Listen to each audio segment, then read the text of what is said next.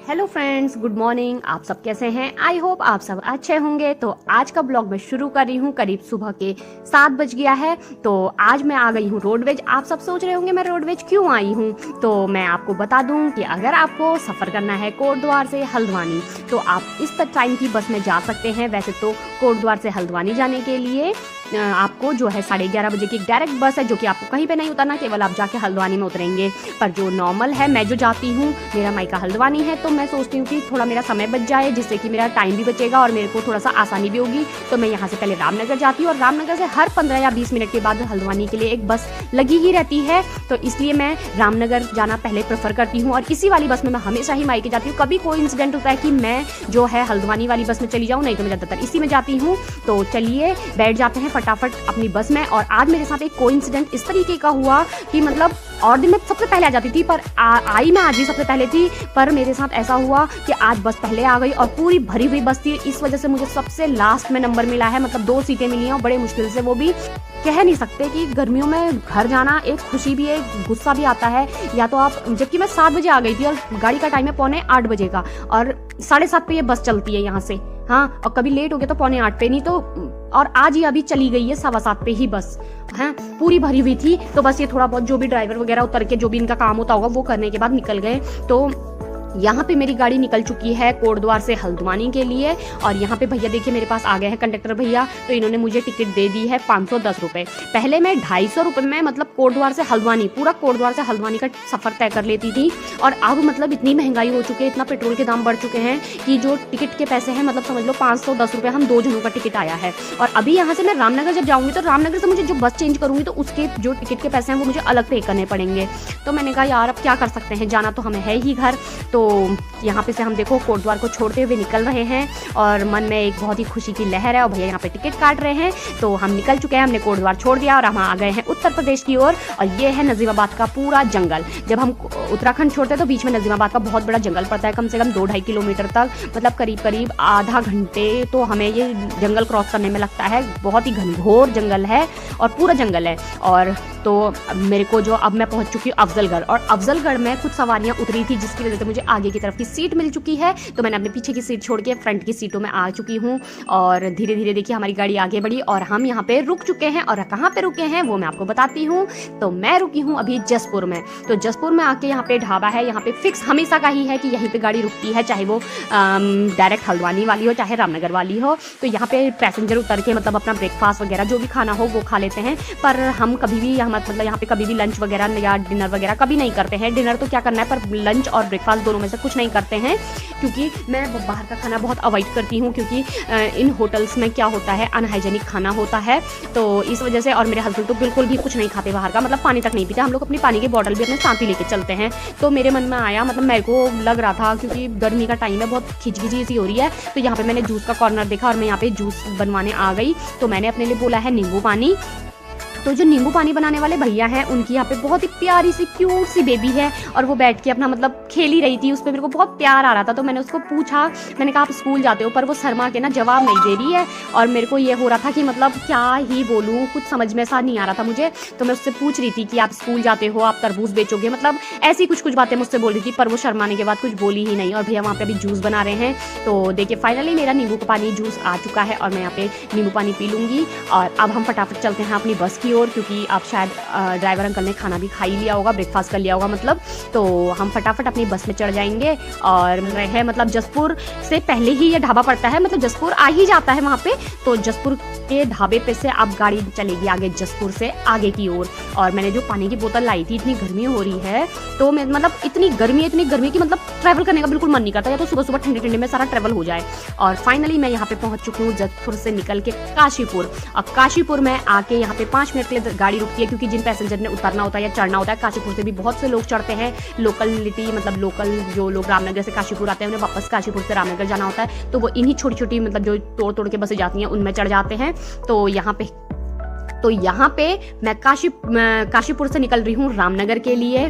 तो गाड़ी का सफ़र बहुत ही सही है, अच्छा भी है, और इतना मैं वो भी नहीं कह सकती कि ख़राब है। और जो इस टाइम पे मतलब जो दिन का टाइम होता है ना, इस टाइम पे ट्रैफिक बहुत रहता है, मतलब ट्रैफिक है, ऊपर से गर्मी है, तो गाड़ी जब रुकती है ना तो बहुत गुस्सा आ रहा होता है, क्योंकि रुकी हुई गाड़ी में और ज़्यादा उमस होने लगती है और वैसी गाड़ी खचाखच भर जाती है गर्मियों का टाइम। और ट्रैफिक देखो, ट्रैफिक इसलिए भी होता है क्योंकि देखो जो भी रामनगर जाएगा वो काशीपुर होते हुए ही जाएगा, और जो काशीपुर होते हुए जाएगा तो यहाँ पे थोड़ा सा ट्रैवल, जो ये हमारे टूरिस्ट होते हैं, इनकी गाड़ियाँ वगैरह बहुत सी चीज़ें होती हैं, तो उसके लिए तो फाइनली मैं जो है काशीपुर क्रॉस करके अब रामनगर के लिए आगे की तरफ निकल रही हूँ। और रामनगर भी अपनी बहुत सी चीज़ों के लिए फेमस है, और आपको पता ही होगा, वैसे तो ज़्यादातर लोगों को पता ही रहता है कि कौन कौन सी चीज़ें मतलब टूरिस्ट एरिया में आती हैं। तो रामनगर में बहुत से टूरिस्ट एरिया हैं, जैसे कॉर्बेट फॉल है, आपका कॉर्बेट जंगल है, और माता गर्जा माता का वहाँ पे मंदिर है, और बहुत सी चीज़ें हैं रामनगर में, बहुत छोटी छोटी चीज़ें हैं कि जो मैं बता भी नहीं सकती। मतलब अच्छा है रामनगर, बहुत ज़्यादा अच्छा है, बहुत बड़ा रामनगर भी नहीं है बहुत छोटा, पर ये अपने टूरिस्ट के एरिया के लिए बहुत फेमस है। इस वजह से रामनगर में भी बहुत ज़्यादा भीड़ रहती है। आप देख ही रहे होंगे रामनगर में किस तरीके से भीड़ है। एक तो पतली सी गली है, मतलब है तो सही हाईवे, पर इतनी भीड़ के लिए उतना हाईवे भी कंप्लीट नहीं हो पाता है, क्योंकि दो बसें अगर आपस में निकलने के लिए जगह नहीं हो पाती, फिर लोकल के जो लोग हैं उनके पास अपनी गाड़ियाँ होती हैं, तो उनसे वो निकलते हैं। और अभी फिलहाल हम पहुँच चुके हैं रामनगर के रोडवेज में। तो यहाँ पे हम गाड़ी में से उतर चुके हैं, और इतनी चिलचिलाती धूप हो रही है जिसका कुछ कहने नहीं है, और आंधी तूफान भी चल रहा है, मतलब आंधी चल रही है, तो जो सारी मिट्टी है वो सारे मुंह पे आ जा रही है। अब मैंने यहाँ पे अपने हस्बैंड को बोला जाके आप हल्द्वानी के लिए बस देखो, तो क्या कहते हैं कि अभी बाद में जाएंगे। अरे बाद में क्यों जाएंगे, फटाफट जाके देख लो। तो मुझे तो पता है क्योंकि मैं हमेशा ही आती हूँ और इसी बस से आती हूँ और इसी बस से वापस जाती हूँ। तो मैंने बोला प्राइवेट बसें लगी रहती है, हम आधा घंटा नहीं रुक सकते इस धूप में। तो मैं फटाफट बाहर गई, मैंने अपने लिए प्राइवेट बस देखी, तो प्राइवेट बस में मुझे सीट मिल गई, तो मैं फटाफट आके अपना सामान रखा, और यहाँ पे प्राइवेट बस चल चुकी है। और ट्रैफिक इतना हो रहा है कि बस भी थोड़ा रुक रुक के आ रही है। तो देखिए जो जीपें खड़ी हैं, ये सफारी जीप कहा जाता है इनको, जो भी कॉर्बेट जंगल जो घूमना चाहता है तो वो लोग इसमें पे करते हैं और इसी जीप से वो लोग घूमते हैं। तो यहाँ पे गाड़ी टर्न हो रही है, पर यहाँ पे इतना जाम हो चुका है कि जिसका मैं कुछ कह ही नहीं सकती हूँ, मतलब गाड़ी बिल्कुल अटक चुकी है। और यहाँ पे ये कार वाले ने अपनी गाड़ी फंसा ली है। अब क्या ही कर सकते हैं, कुछ नहीं कह सकते जब ट्रैफिक इतना हो।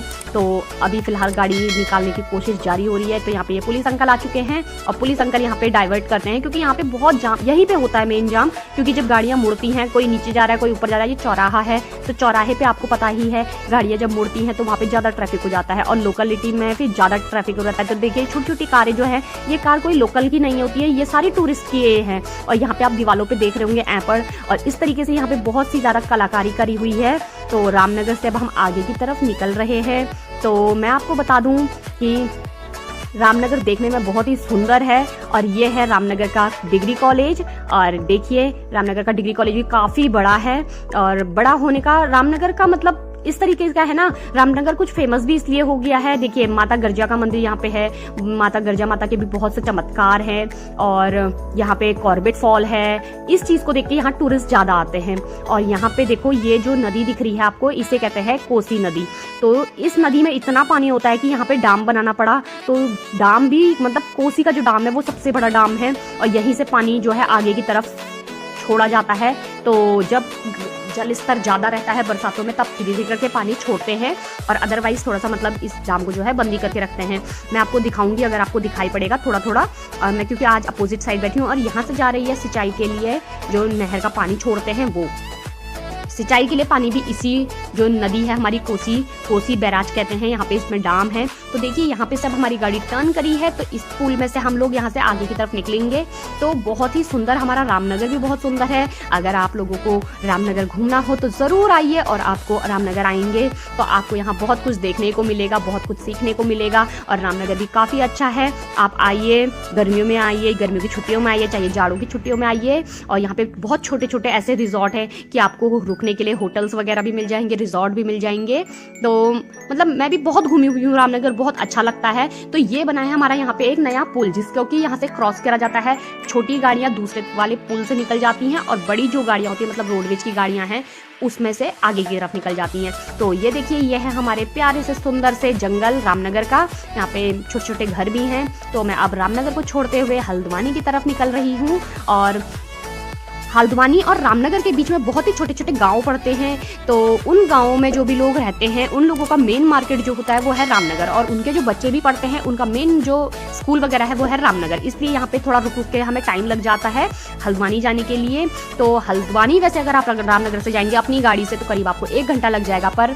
और देखिए फाइनली मैं पहुंच चुकी हूँ हल्द्वानी और मैंने बस छोड़ दी है। तो यहाँ पे मेरे को एक ऑटो मिल गया था, मिला भी क्या, मैंने बहुत मुश्किल से उसे मनाया कि आप प्लीज़ मेरे को ले चलो वहाँ पे तक।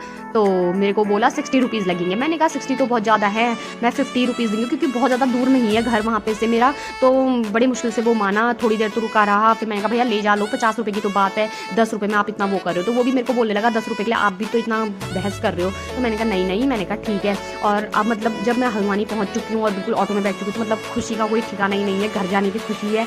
और मैं मतलब घर जाने के लिए बहुत ही एक्साइटमेंट, हमेशा का ही एक्साइटमेंट रहता है। तो फाइनली मैं पहुँच चुकी हूँ अपने घर की बाहर की गली में। तो यहाँ से मुझे पैदल ही अंदर जाना है क्योंकि अंदर मैं ऑटो नहीं लेके जा सकती हूँ। तो मेरे हस्बैंड मुझसे कह रहे थे कि भैया आप तो बिल्कुल ही तरीके से आपने ऑटो भगाया, मतलब जहाँ पे गड्ढा है वहाँ पे भी इसने मेरे को गाड़ी नहीं रोकी। शायद 10 रुपये ना देने के चक्कर में इसने मेरे साथ ऐसा करा, मुझे बहुत गुस्सा आ रहा था इसके ऊपर। पर चलो कोई बात नहीं, मैं अपने घर तो पहुँच गई। ये है मेरे घर की गली। तो यहाँ से मतलब ज़्यादा दूर नहीं है, थोड़ी सी 10 मिनट की दूरी पर मेरा घर है। तो हम चलते हैं अपने घर। और दिन की चिलचिलाती धूप, और जैसे ही मैंने गेट ओपन करा तो देखो मेरे स्वागत के लिए कौन आया, मेरे छोटे छोटे से 2 डॉगी। और कितना प्यारा है ये, मतलब इसे पता चल जाता है कि मैं आई हूँ। और बस अब देखो अब मेरे को छोड़ेगा ही नहीं, चारों तरफ घूमेगा, बैग भी नहीं रखने दे रहा भाई। अब मैं अपने हस्बैंड से कह रही थी चलो चलते हैं ऊपर। अभी मेरे पापा ने दूसरा घर मतलब 2 मंजिला बनवाया, पहले हम नीचे ही रहते थे तो नीचे वाले में तो अब हम रहते नहीं, तो हम सीधा ऊपर चले जाएंगे। तो मैं इससे कह रही हूँ चल, और ये मुझसे पहले ऊपर चला गया है दौड़ भाग के। अब गेट खोलते हैं तो इसको ये पहले हर चीज़ में से पहले ही जाना होता है। इसका नाम है ऑस्कर। तो फाइनली मैं पहुंच चुकी हूँ अपने घर और अभी मतलब भूख से भी बहुत हालत ख़राब है। तो चलिए मिलते हैं हम अपनी नेक्स्ट वीडियो में। Bye bye.